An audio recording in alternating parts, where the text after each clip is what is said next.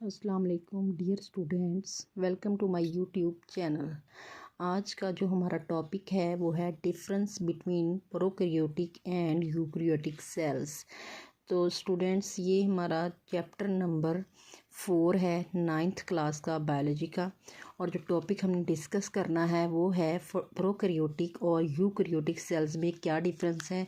तो स्टूडेंट्स, ये very important long question है, इसको आप लॉन्ग क्वेश्चन के लिए तैयार करें। सबसे पहला डिफरेंस इसमें ये है कि जो यूकैरियोटिक सेल हैं उनमें प्रोमिनेंट न्यूक्लियस होता है।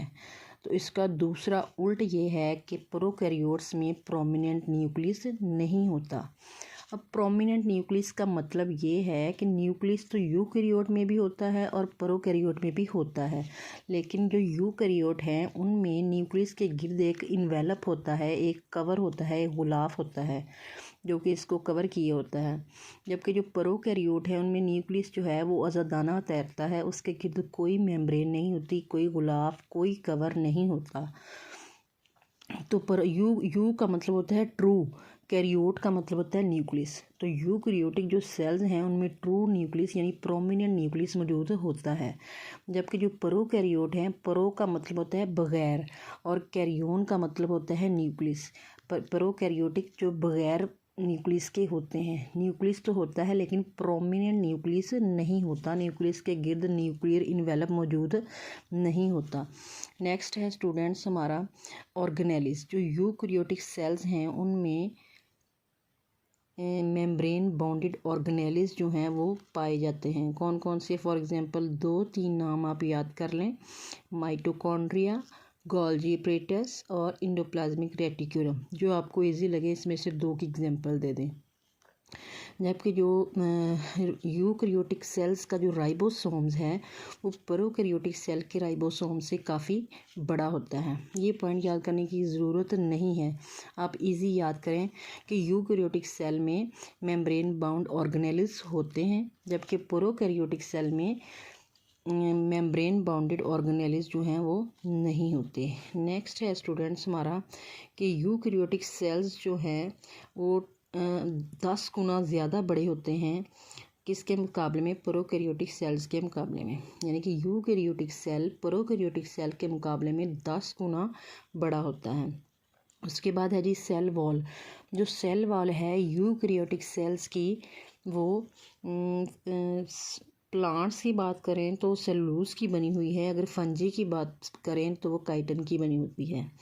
जबकि जो प्रोकैरियोट्स हैं उनमें जो सेल वॉल है वो पेप्टाइडोग्लाइकेन की बनी होती है। पेप्टाइडोग्लाइकेन एक ऐसा पॉलीमर है जो कि अमाइनो एसिड और शुगर के मिलने से बनता है। पॉलीमर, पॉली का मतलब होता है बहुत सारे यूनिट मिलकर एक लंबी चेन बनाते हैं। अमाइनो एसिड और शुगर मिलते हैं तो पेप्टाइडोग्लाइकेन बनता है। स्टूडेंट्स, इसमें ओवरऑल मैं आपको बहुत ही ईजी अंदाज में बताऊंगी कि यूकैरियोटिक सेल जो होते हैं उनमें प्रोमिनेंट न्यूक्लियस होता है, जबकि प्रोकैरियोटिक सेल में प्रोमिनेंट न्यूक्लियस नहीं होता। नेक्स्ट है ऑर्गेनेलिस। जो यूकैरियोटिक सेल्स हैं उनमें मेम्ब्रेन बाउंडेड ऑर्गेनेलिस होती हैं, for example mitochondria, Golgi apparatus etc. जो प्रोकैरियोटिक सेल हैं उनमें मेम्ब्रेन बाउंडेड ऑर्गेनेलिस नहीं होती। नेक्स्ट स्टूडेंट है साइज़। जो यूकैरियोटिक सेल्स हैं वो 10 गुना बड़ा होता है प्रोकैरियोटिक सेल्स के मुकाबले में। आगे है सेल वॉल।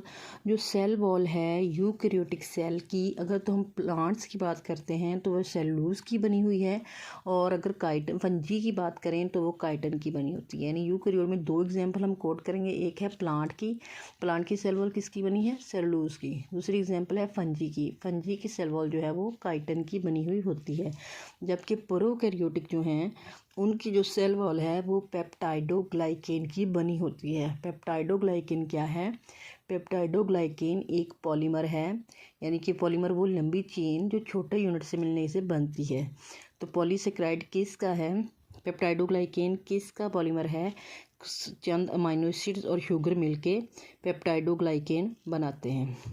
अब जो वो स्टूडेंट्स जो इंग्लिश मीडियम हैं उनके लिए इसका बहुत ही ईजी वे में बताऊंगी कि eukaryotic cells have prominent nucleus while prokaryotic cells do not have prominent nucleus.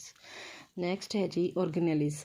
Eukaryotic cells have membrane bounded organelles, यानी उसमें मेम्ब्रेन बाउंडेड ऑर्गेनेलिस होते हैं। और दूसरे में आप लिखेंगे कि prokaryotic cells do not have membrane bounded organelles, उसमें नहीं होते। और eukaryotic size eukaryotic cells are 10 times larger than the prokaryotic cells, 10 गुना बड़े होते हैं। और जो सेल वॉल है in the eukaryotic cell wall of plant cell is made of cellulose and fungi cell wall is made of chitin. In prokaryotic cell, the cell wall is made of peptidoglycan, which is a polymer of amino acids and sugars. Next student, यहाँ पे diagram है, इसको हम देखते हैं कि general ये prokaryotic cell है। ठीक है, सबसे पहले जो बाहर हमें नज़र आ रहा है वो है इसकी सेल वॉल। सबसे बाहर सेल वॉल होती है। सेल वॉल के अंदर वाली जो दीवार है उसको सेल मेम्ब्रेन कहते हैं। और इसमें ये एक्स्ट्रा क्रोमोसोमल डीएनए है, ये क्रोमोसोम है जो हमें धागानुमा स्ट्रक्चर नज़र आ रहा है। और ये इसमें छोटे छोटे जो राइबोसोम हैं वो नज़र आ रहे हैं, ये डायग्राम में आप देख सकते हैं। उसके बाद है फ्लैजेलम। फ्लैजेलम एक ऐसा स्ट्रक्चर है जिसके ज़रिए जो बैक्टीरिया है वो मूव करता है, ये मूवमेंट में हेल्प करता है। तो स्टूडेंट्स, आज का जो हमारा टॉपिक है वो यहीं ख़त्म होता है। तो उम्मीद है कि आपको मेरा लेक्चर पसंद आएगा और मेरे चैनल को आप सब्सक्राइब कीजिए। तब तक के लिए अल्लाह हाफिज़।